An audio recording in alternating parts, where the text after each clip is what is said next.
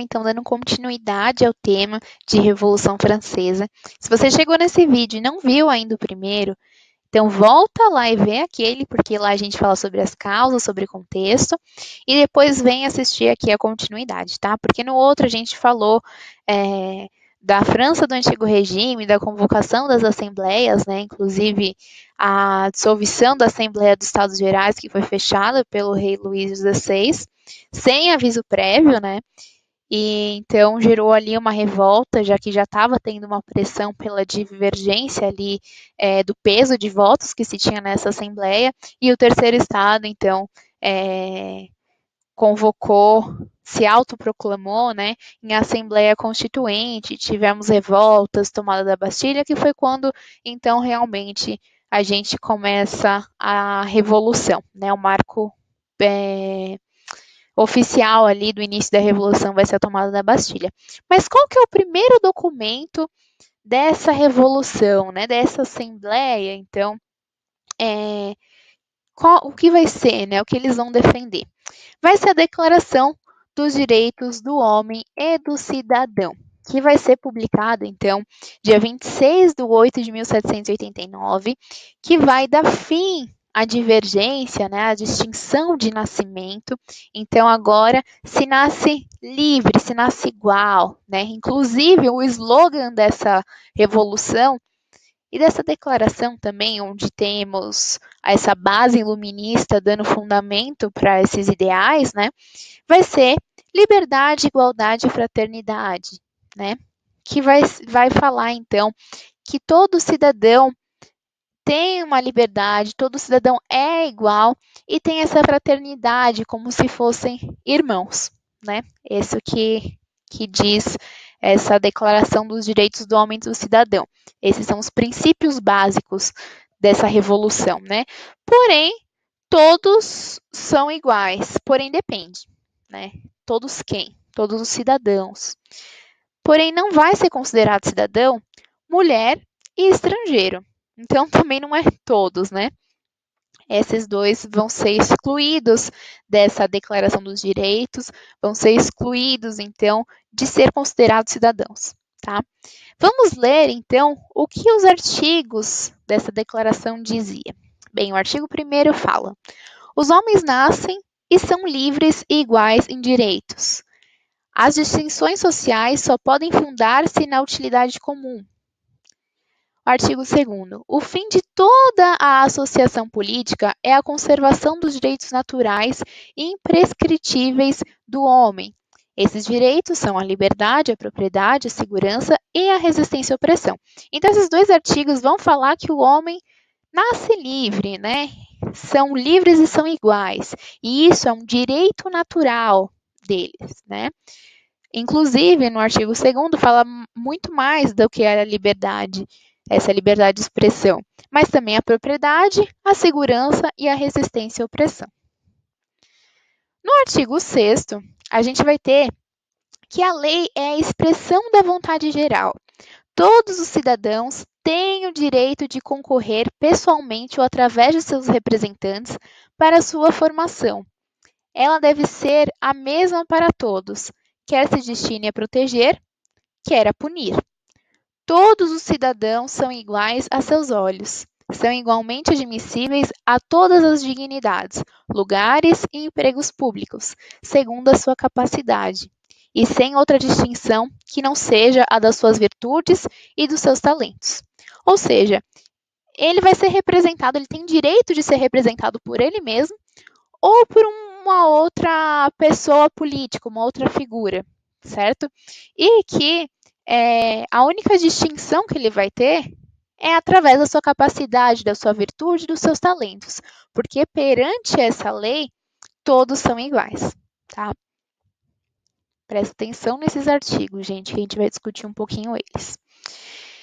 O artigo 10 fala: ninguém pode ser inquietado pelas suas opiniões, incluindo opiniões religiosas. Então, ninguém pode ser calado, né, censurado pelas opiniões, mesmo que seja de cunho religioso, contando que a manifestação delas não perturbem a ordem pública estabelecida pela lei. Então, desde que não perturbe a ordem ali da sociedade, tudo bem. Você tem a sua opinião e vai ser respeitada, mesmo que religiosa. Presta atenção nisso que a gente vai entrar num outro ponto daqui a pouco. Legal. Mas aí a gente tem uma complementação, vamos dizer assim, dessa Declaração dos Direitos, né? Nesse momento que vai ser publicado, né, que vai ser em 1789, 2 anos depois, nós vamos ter uma Declaração do Direito das Mulheres e da Cidadã, né, que mulher não é considerada cidadã nesse momento da França, né? Não tem direito a voto, não tem direito, então, à participação política, né? E os estrangeiros também não. O estrangeiro até faz um pouquinho de sentido se você pegar quem nasceu na França e quem nasceu fora da França, mas mesmo que esse estrangeiro morou a vida inteira na França, ele não vai ser considerado nunca cidadão francês, né? Nesse momento que a gente está falando da história. E a mulher que sempre viveu, que nasceu, que a sua família, todos seus antepassados era da França, por que não tem direito, né, a essa representação política, essa participação, então, por que não tem direito de ser considerada cidadã? Aí a gente entra na questão do machismo, né? Então, vem Maria Olympe para acabar um pouco com isso. Acabar não, né? Mas pelo menos tentar uma igualdade. Ela vai redigir a Declaração dos Direitos da Mulher e da Cidadã e vai entrar com uma petição para ser aprovada, né? Vamos ler os artigos que ela coloca para ver o que ela queria, né? Qual que era o desejo dela de agregar ali naquela outra declaração que já tinha sido aprovada, né? Artigo 6º. A lei deve ser a expressão da vontade geral. Todas as cidadãs e cidadãos devem colaborar pessoalmente ou por seus representantes para a sua formação. Ela deve ser igual para todos, todas as cidadãs e todos os cidadãos, sendo iguais frente a ela. Devem ser igualmente admitidos a todas as dignidades, postos e empregos públicos de acordo com a sua capacidade e sem qualquer distinção, a não ser por suas virtudes e talentos. Lembra alguma coisa que a gente acabou de ler, né? Que é a Declaração dos Direitos do Homem e do Cidadão. Então, qual foi a alteração que ela fez nesse artigo? Ela simplesmente acrescentou o direito da mulher em participar também, né? Sendo a única diferença, a única distinção nas virtudes e talentos, né? Então, a gente já tinha visto uma coisa parecida, ela só agregou a cidadania feminina também. No artigo 7º, ela vai falar: nenhuma mulher pode ser exceção. Ela é acusada, presa e detida nos casos estabelecidos pela lei. As mulheres obedecem, assim como os homens, a esta lei rigorosa. Ou seja, ela não quer diferença, ela não quer ser exceção, ela só quer igualdade. É isso que ela está pedindo. No artigo 9º, ela vai reforçar essa ideia, falando que, com toda mulher declarada culpada, deve ser exercido todo o rigor da lei. Então, a mulher não é exceção mais uma vez. No artigo 10, ela fala: ninguém deve ser molestado por suas opiniões, ou seja, ninguém deve ser incomodado, né, punido pelas opiniões, mesmo que sejam de princípio. A mulher tem o direito de subir ao cauda falso, ou seja, ela tem direito a subir ali no palanque, né?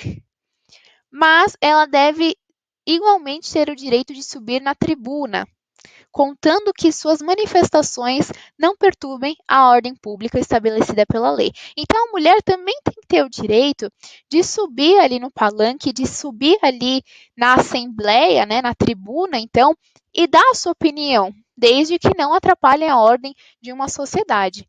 Ou seja, ela só pede igualdade, né? Ela só pede a participação das mulheres nessa sociedade revolucionária francesa. O que acontece, aí tem outros artigos também para quem quiser procurar na internet, na qual ela vai sempre tentar afirmar uma igualdade, tentar colocar a mulher também nessa sociedade, né? Não como exceção, mas sim como igualdade. E, inclusive, no artigo 11, ela vai falar uma questão do direito da mulher reconhecer quem é o pai da criança, né? Mas isso aí entra em outros assuntos. Mas olha só onde chega a discussão dessa mulher, né? Que vai fazer essa petição 2 anos depois de ser publicada a Declaração dos Direitos do Homem e do Cidadão, né? O que vai acontecer com ela é que ela vai ser considerada pelo Robespierre, que vai ser um dos líderes dessa revolução, né, da República também, e ela vai ser punida, então, por ser uma traidora da revolução, tá? Ou seja, ela tentou, né, gente, mas foi considerada como não concordasse com a Declaração dos Direitos dos Homens, quando ela só queria igualdade. Enfim, só coloquei esse adendo porque eu sei que vocês gostam desse tipo de assunto, e é bem importante também. Na Assembleia Constituinte, nós vamos ter algumas mudanças, né? Por exemplo, a Constituição Civil do Clero, né, de 1790, que vai confiscar, então, todos os bens da igreja. Agora, o clero não vai ser mais considerado soberano, coisa do tipo. Na realidade, ele vai ser considerado como um funcionário público, né? E aí vai perder os seus privilégios. E o que acontece é que o clero acaba se dividindo entre os refratários, aqueles que não concordavam com isso de jeito nenhum, com essa constituição civil, né, nova do clero, e vai até sair da França, um deles, né, e outros os juramentados. Esses juramentados eram aqueles que respeitavam essa constituição, tá? Nessa assembleia também vai ser votada, então, a primeira Constituição, que vai ser de 13 de setembro de 1791, que vai mudar o quê? Primeiro que vai mudar o poder do rei, né? Agora a gente vai ter um poder executivo, tendo que obedecer, então, os limites da Constituição. Isso a gente vai chamar de monarquia constitucional, tá? O voto censitário, agora o voto vai ser para aqueles vai ter um caráter econômico ainda, vai ter esse critério econômico, e os cidadãos vão ser divididos entre ativos, né, aqueles que podem votar, e os passivos, que não vão participar das eleições, que a gente já disse, né, as mulheres, os escravizados, ex-escravizados, né, os estrangeiros, né, como os judeus, por exemplo, e só vai poder votar, então, homens maiores de 25 anos, que moram, então, no mesmo lugar, no mesmo endereço, por pelo menos um ano, e que paga um imposto que equivale a 3 dias de trabalho. Então, o voto está muito atrelado ainda a essa questão de pagar esse imposto de 3 dias de trabalho, tá? A nobreza que vai estar perdendo seus privilégios, está vendo essa mudança na França, vai começar a sair, né? Também vamos ter uma tentativa de fuga do nosso querido rei, né? O Luís XVI vai tentar fugir também da França, porque você imagina, tudo isso acontecendo, tudo isso mudando, o rei estava lá, né? Ainda como figura representativa ali de poder da França, mas não estava fazendo nada, né? Não estava decidindo nada. Ele saiu do controle dele, das mãos dele, essa questão da Assembleia Constituinte. Então, tudo que está acontecendo ali ia contra o que o rei fazia antes, né? Agora que todos são iguais, qual o privilégio dessa nobreza? Qual o privilégio do rei e do clero também, né? Então, o primeiro, segundo estado e o rei não vão gostar disso porque vão perder privilégios. É tudo o que eles não queriam, né? Então, o rei também, com medo, né, de ser perseguido por esses revolucionários, ele vai tentar fugir na madrugada, né, ali do dia 21 de junho de 1791, numa carruagem, assim, com a sua esposa. Ele estava tentando fugir para a Áustria, para a terra da sua esposa, e ele vai ser barrado no meio do caminho, né, na cidade de Varennes, e vai ser reconduzido a Paris, né? Eu tinha falado uma vez que ele não ficava em Paris, na verdade ele ficava no Palácio de Versalhes, né? Mas aí com o movimento da Assembleia Constituinte, algumas mulheres também se uniram e pediram para que ele fosse morar em Paris. Então, nesse momento ele morava em Paris e ele saiu para tentar fugir. E aí ele vai ser reconduzido, então, a Paris novamente, tá? O que acontece é que todo esse cenário de revolução vai incomodar também não só os privilegiados da França, mas os privilegiados ali de outros países também que viviam nessa monarquia absolutista, né? Então, a Áustria vai declarar, a Áustria-Prússia, né, vai declarar não uma guerra, mas vai ameaçar invadir a França se esses revolucionários não dessem, então, total poder de novo na mão do rei. E até vai ter uma coligação contra essa França revolucionária. Por quê? Porque agora a gente vai ter um medo na Europa. Um medo de que esse caráter revolucionário se espalhe por outros países e coloque um fim nessa monarquia absolutista que era vigente entre outros países também e eles perdessem os seus poderes, né? Assim como estava acontecendo na França.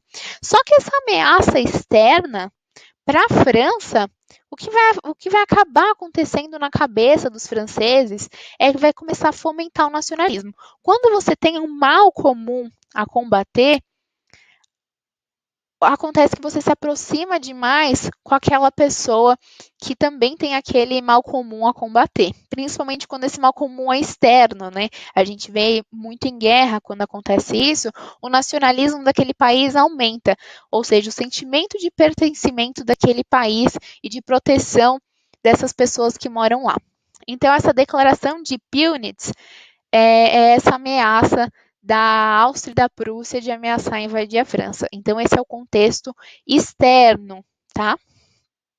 A França também vai ter uma divisão, né? A divisão do terceiro estado. Por quê?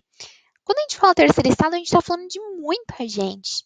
Então, não é uma coisa única, não é uma coisa ali homogênea. Na verdade, é heterogênea, muito separada, né? Porque tem muitos interesses diferentes. Né? O terceiro estado é formado, então, por pequenos burgueses, por grandes burgueses, né? Por sans-culottes, por camponeses. Então, esse povo tem uma pluralidade de interesses, de situações econômicas e sociais. Eles tinham, sim, a mesma situação quando a gente tinha ali antes da Assembleia dos Estados Gerais, quer dizer, até a Assembleia dos Estados Gerais, né, que o peso de votos era diferente, então a gente via essa desigualdade, né, o terceiro estado sofria junto, apesar dessa distinção de quantas pessoas diferentes tinha ali dentro, né, mas o que acontece é que ele vai acabar se dividindo entre jacobinos, planícies e girondinos.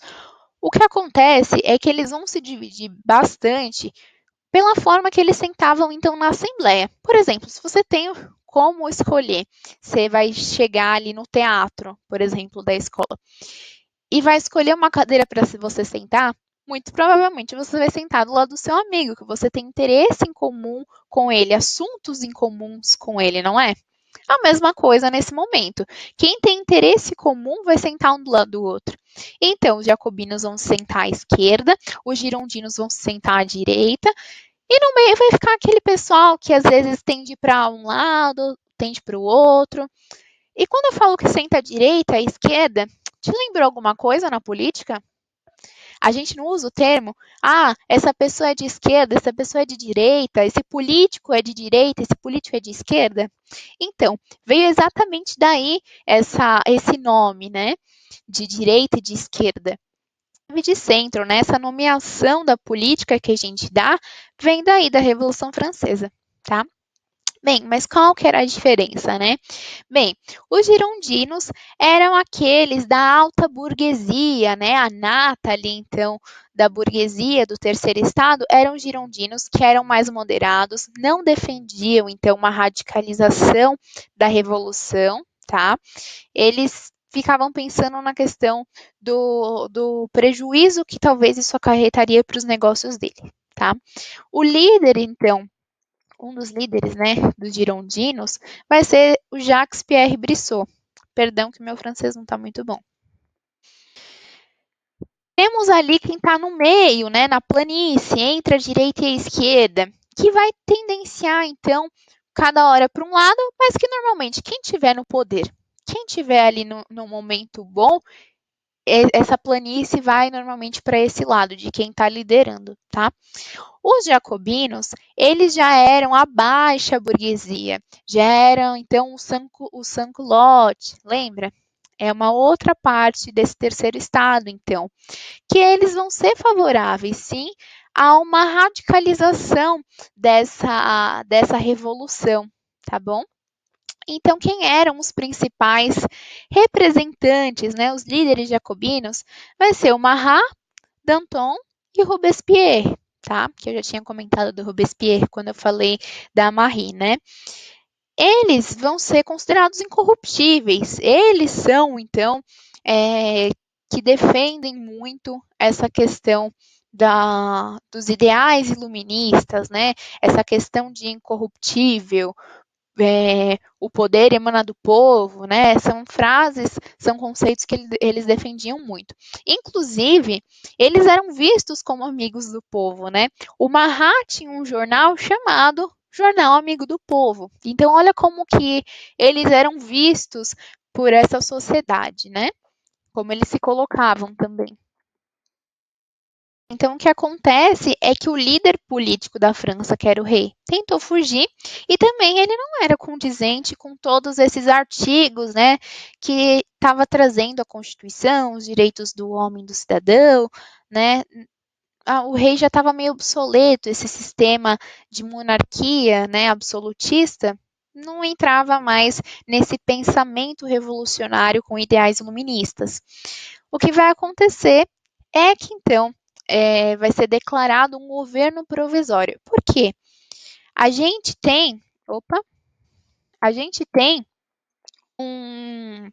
uma ameaça externa, né? Então a pátria está em perigo e agora a gente precisa desse governo provisório, que quem vai estar nesse governo provisório é exatamente os jacobinos, né?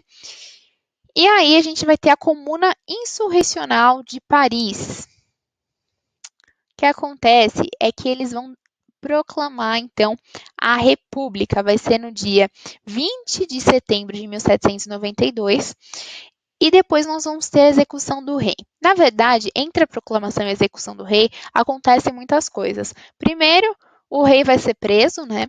Depois, vamos ter alguns conflitos, porque realmente alguns outros países conseguem invadir a França, mas eles conseguem expulsar esses invasores e conseguem realmente acabar com essa ameaça externa, tá? Não totalmente, mas aos poucos eles tiveram grandes vitórias nesse momento. E aí acaba que no dia 21 de janeiro de 1793 eles vão executar o rei. Executar como? Eles executam em guilhotina em praça pública, tá bom, gente? Bem, esse período da República a gente também pode chamar de período da Convenção Nacional. Tá? Ele vai de 1793 até 1794 e vão ter algumas características. Algumas delas vão ser os princípios liberais, sem privilégios, então todos são iguais, tá? Então vem aquele princípio de igualdade, liberdade, fraternidade. Aquela frase também, o poder emana do povo, vai ser muito forte. Vão se ter mudanças, né, de costumes, vão se ter algumas alterações no calendário mesmo, por exemplo.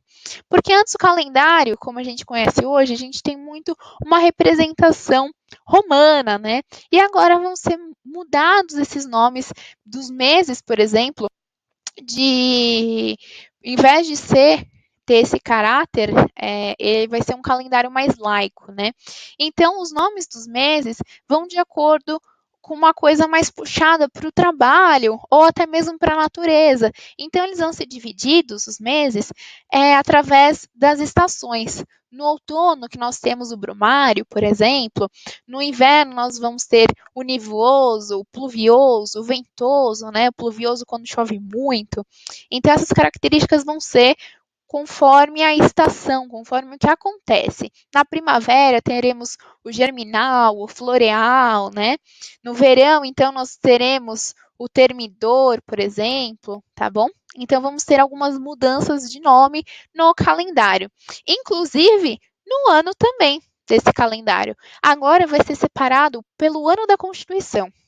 A Constituição, então, agora oficial, então agora nós vamos ter o ano da Constituição 1, né? Primeiro ano da Constituição, então. O que essa Constituição traz? Vai trazer um sufrágio universal masculino, ou seja, agora não vai ter mais a questão de renda, né? Todos os homens acima de 25 anos vão poder votar. Não vai ter mais aquela questão de tributos, de impostos para você poder votar, tá? Ainda a mulher não participa. Vai ter alguns órgãos, né, responsáveis, então, por essa república. O Comitê de Salvação Pública, o Comitê de Segurança Nacional, esses dois irá representado bastante pelo Exército, tá? E o principal deles, que a gente vai falar, que é o Tribunal Revolucionário, que era responsável por julgar, então, e perseguir pessoas que eram contra a Revolução, pessoas que eram contra, então, essa república e esses ideais. Até agora parece lindo, né? Então, vamos ver esse Tribunal Revolucionário. Nesse Tribunal Revolucionário, e com todo essas características, né, da Constituição, nós vamos ter o período do terror. O período do terror vai durar um ano, vai de julho de 1793 até julho de 1794. Vai ser liderado pelo Robespierre, tá? E esse período do terror, ele vai ser um pouco contraditório com tudo que eles defenderam até agora, porque eles vão perseguir quem era contra a Revolução. Mas espera aí, não seria direito de todo cidadão colocar a sua opinião, mesmo que fosse contra? Não é isso que a Declaração dos Direitos dos Homens e do Cidadão fala, não é? Então, vai violar esses direitos constitucionais. Esse período do terror vai perseguir quem é contra a Revolução, quem é contra essa república, tá? A gente sabe também que a França já estava numa crise econômica, como eu disse lá no começo do primeiro vídeo, lembra? E aí é que isso não vai mudar de um dia para o outro, não é só mudar a questão política que pronto, acabou. Não, muito pelo contrário, né? Porque antes a gente tinha uma sustentação de toda uma sociedade, que era só o povo que sustentava, e agora não vai ser bem isso, né? Vamos ter outros impostos, vamos ter uma outra forma de ver tudo isso, mas a crise econômica não some assim. Tá? Então, a gente ainda vai ter a crise econômica, vamos ter o problema ainda de fome, a questão dos pães, né? A gente vai ter até a lei do preço máximo, que vai tabelar o preço do pão, tá bom? Vamos ter também, o Robespierre vai querer fazer uma descristianização. Olha a problemática que a gente tem, né? França, que é um país ali que vem com esse caráter religioso, católico aí cristão há muito tempo, como você vai querer mudar do dia para a noite isso, né? Tudo bem você ser um estado laico e respeitar todas as religiões, mas querer descristianizar, né? Então é um interesse ali do Robespierre em querer acabar com essa cristianização. Ele vai querer ser o principal representante, ele vai querer então que todo pautado ali naqueles ideais iluministas, que vai se ter um culto à razão, né? Então, o pensamento dele para descristianizar, a defesa dele é isso, o culto à razão, né? Mas também não vamos ter só perseguições também não. Uma coisa boa aí, gente, vamos ter a abolição da escravidão nas colônias, né? Vamos também retomar alguns territórios perdidos, eles vão retomar territórios que eles tinham perdido em alguns conflitos, mas que não foi tão bom assim quanto pensava que seria, né, financeiramente, economicamente. E agora sim nós temos o fim da ameaça externa. Isso é bom? É, mas para o período do terror, para o Robespierre, é ruim demais. Por quê? Você tem um apoio do terror, você tem um apoio de uma coisa um pouco mais rígida, mais conservadora, quando você tem uma ameaça. Né? Então, as pessoas falam assim, não, realmente, a gente tem que defender isso, porque se a gente não defender isso, a gente vai voltar ao que a gente era antes. Mas quando não tem mais ameaça externa, quando eles conseguem, então, derrotar os invasores totalmente, então a população já fica assim, não, já derrotamos, não precisamos mais de todo esse terror, de toda essa violência, né? A paz já está entre nós, por que a gente vai querer, então, toda essa violência? Então, o Robespierre vai perder um apoio que ele tinha dessa população, né? Que estava fomentada ali com o nacionalismo por causa dessa ameaça externa. Então, olha só como eram as perseguições políticas, né? Se você era contra o ideal revolucionário, nem precisava ser contra totalmente, mas se você indicasse alguma coisa que estava indo, por exemplo, Robespierre, ele acaba sendo muitas vezes contraditório, né, e perseguindo pessoas pelo, por exemplo, direito de religiosidade que se tinha em Constituição, né, quando a gente falou na Declaração dos Direitos do Homem e do Cidadão, ele está sendo contraditório, mas se você falasse isso, você iria lá para a guilhotina. Assim como aconteceu com Danton, né? Que foi seu parceiro ali em vários momentos da Revolução e que agora, nessa república, nessa era do terror, também vai ter seu fim ali na guilhotina. Tá, mas isso a gente fala um pouquinho mais para frente. Inclusive, como a Marie, né, que a gente falou, que fez a declaração dos direitos da mulher e da cidadã, vai ter o mesmo fim. Então, todo mundo que tinha alguma crítica à República, ou até mesmo ao líder, né, o Robespierre, acabava sendo perseguido, então, por esse tribunal revolucionário, tá?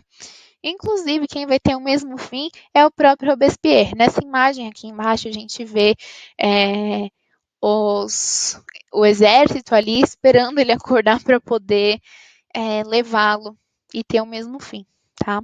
Falei que tinha vários desdobramentos, gente. Olha quantos adendos, né?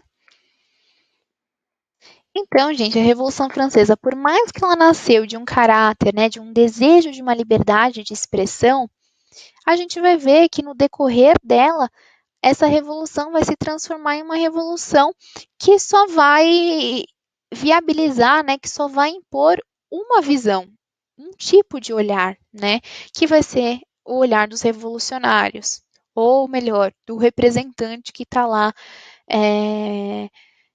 aquele representante revolucionário, Robespierre, por exemplo. E quem apresentasse críticas vai ser julgado pelo crime de atentado contra a revolução e vai ser condenado à morte, como eu mostrei naquelas imagens, né? E cada vez vai se parecer mais com aquilo que eles lutavam contra, né? Olha só, eles lutavam contra essa imposição, eles lutavam a favor de uma liberdade de expressão, porque eles não achavam certo aquela monarquia absolutista, e agora eles começaram a serem absolutistas também, né? Não na maneira de uma monarquia absolutista, nada disso, mas se colocando acima da lei, coisa que eles mesmos aprovaram declarações contra, né? Olha só a contradição. Gente, então fica aqui uma dica de filme para vocês assistirem, que é Danton, O Processo de Revolução, que vai ter diversos olhares que vocês podem fazer da Revolução Francesa, mas essa contradição dos revolucionários, né? Essa coisa que acaba subindo para a cabeça e a perseguição, então, do Danton, né? Esse filme trata muito bem esse período do terror, vai tratar muito bem essa questão de incoerência entre o que eles pregavam e o que eles faziam. Espero que vocês tenham entendido, que vocês tenham gostado e que assistam o filme também, porque é muito interessante e fica muito claro na cabeça de vocês todo esse processo de revolução que aconteceu, tá bom? O que acontece quando realmente acaba a revolução é que quando então Danton morre, Robespierre morre, a gente vai ter um golpe, né? O golpe do 9 de Termidor, que a gente vai ver melhor em outra aula, só vou comentar assim por cima, nem tá nos slides, tá? Que vai ser a queda do Robespierre, então, né? Que vai ser no dia 27/7 de 1794. E aí vai ter uma reação da parte da direita, né? Ou seja, dos girondinos. Antes a gente estava falando de um governo jacobino. E agora a gente vai ter uma reação. Quando os jacobinos, né, o Robespierre cai, os girondinos vai ter uma reação e fazer uma aliança ali com o pântano, né, que é a planície, ou seja, com o pessoal do centro, tá bom? E aí a gente vai ter a formação de um governo o governo diretório. E aí a gente vê melhorzinho essa questão do governo diretório e ascensão do Napoleão Bonaparte numa próxima aula. Tá bom, gente? Muito obrigada. Tchau, tchau.